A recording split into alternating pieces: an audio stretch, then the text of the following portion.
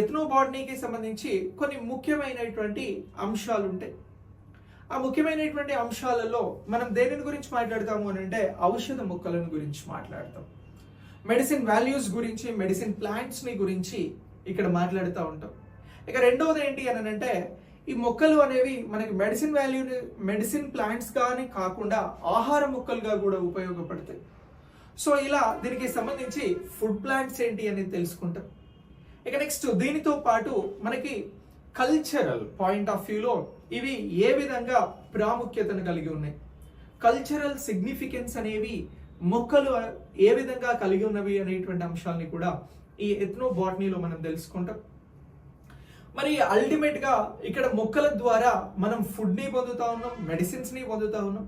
వీటి ద్వారా ఆర్థిక ప్రయోజనాలు ఏంటి అనేటువంటి అంశాలను కూడా మనం ఈ ఎథ్నోబాటనీలో నేర్చుకుంటాం.